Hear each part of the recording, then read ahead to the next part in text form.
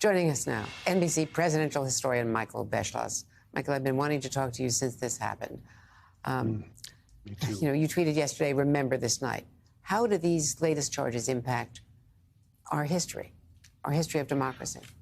Well, I think the way to look at it, Andrea, is to say that, and I'll begin with a positive statement, our American democracy is an amazingly resilient system. Here we are, how many years later, over 2 centuries, we're still a democracy, we're still vibrant. A vast majority of Americans love democracy and understand democracy. But we've gone through crises. The British tried to take it away in 1812. So did Jefferson Davis in 1861. And so did the Nazis and the Imperial Japanese in 1941, Osama bin Laden, 2001. And the story is, these are different episodes, obviously, but the general story here is that, Americans are slow to anger and we're slow to rise up against a threat to democracy. But once we roll into action, we make sure that the democracy survives. And it happened in all of those cases. So what I would say is that this indictment is late. I think I would have felt better if it had happened 2 years ago, because coming so late means that there's some chance that Donald Trump and his lawyers can run down the clock and put this in jeopardy of happening after the election, at which time, if he's elected president, he can shut this down. This is what is at stake here. He said he wants to be essentially a presidential dictator if he comes back. He and his people have said that. So if this is not in some way sanctioned, the things he did on January 6th that are in this indictment, that would be all of us Americans saying, it's okay. What he did on January 6th was fine.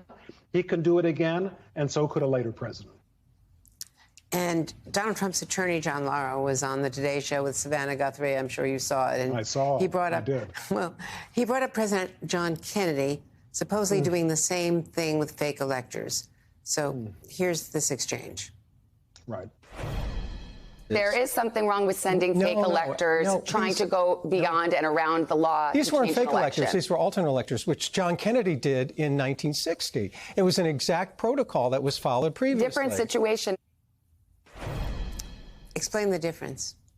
That is so ridiculous and so wrong. I'll try to make this extremely brief. 1960, after the election, Kennedy got 303 electoral votes, which was a large number given the fact that it was a close popular vote. He won over Nixon only by 100,000 votes. Southern electors and Southern politicians were terrified that Kennedy would be for civil rights and integration. They waged a plan to try to blackmail Kennedy and say to him and his people, unless you promise that there will be no integration, we will have a campaign among Southern electors to vote instead for the white supremacist Senator Harry Byrd of Virginia, and you, Senator Kennedy, will not be elected. At the time, it was called a hijacking. It was called corrupt.